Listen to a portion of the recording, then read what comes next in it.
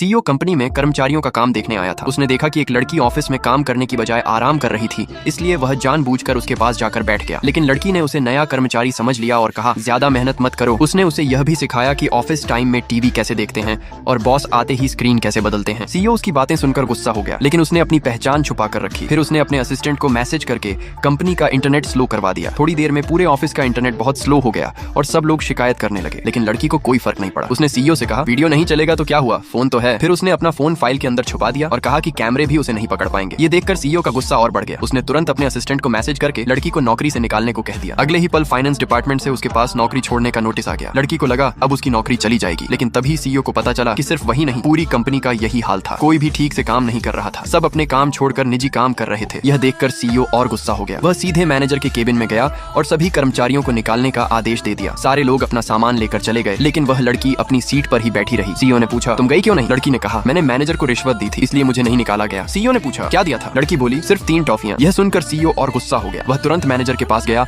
और पूछा कि लड़की को क्यों नहीं निकाला गया। लेकिन मैनेजर ने बताया कि वह कंपनी के एक जरूरी प्रोजेक्ट की मुख्य सदस्य है, अगर उसे अभी निकाल दिया गया तो पूरा प्रोजेक्ट खराब हो जाएगा। सीईओ को उम्मीद नहीं थी कि इतनी कामचोर दिखने वाली लड़की इतनी होशियार भी होगी, इसलिए उसने उसे कुछ समय के लिए कंपनी में रहने दिया। लंच ब्रेक में लड़की अपनी दोस्त के साथ खाना खाने गई। उसकी दोस्त ने बताया कि आज कंपनी में सीईओ आया था और सबको ठीक से काम करने को कहा था। फिर उसने बताया कि सीईओ तो पूरे समय उसी के पास बैठा था। ये सुनते ही लड़की डर गई। उसे समझ आ गया कि जिसे वह कामचोरी सिखा रही थी वह असली सीईओ था। उसकी दोस्त ने कहा कि वह ऐसे दिखाए जैसे उसे अभी भी उसकी पहचान नहीं पता और उसके सामने अच्छा व्यवहार करे। ऑफिस लौटने के बाद जैसे ही सीईओ ने फोन निकाला, लड़की तुरंत उसके पास गई और बोली, ऑफिस टाइम में फोन इस्तेमाल करना मना है। फिर वह कंपनी और सीईओ की तारीफ करने लगी और उसे मेहनत से काम करने के लिए कहने लगी। लेकिन अगले ही पल उसके कप का पानी गलती से सीईओ की पैंट पर गिर गया। तभी मैनेजर बाकी कर्मचारियों को लेकर सीईओ से मिलने आ गया। सीईओ ने जल्दी से अपनी कोट से पैर ढक लिया, लेकिन लड़की का पैर फिसल गया और उसने गलती से सीईओ की कोट खींच दी। जैसे ही बाकी कर्मचारियों ने देखा, उन्हें लगा कि सीईओ ने अपनी पैंट गीली कर दी है। ये देखकर लड़की को समझ आ गया कि इस बार वह सच में बहुत बुरी तरह फंस चुकी है।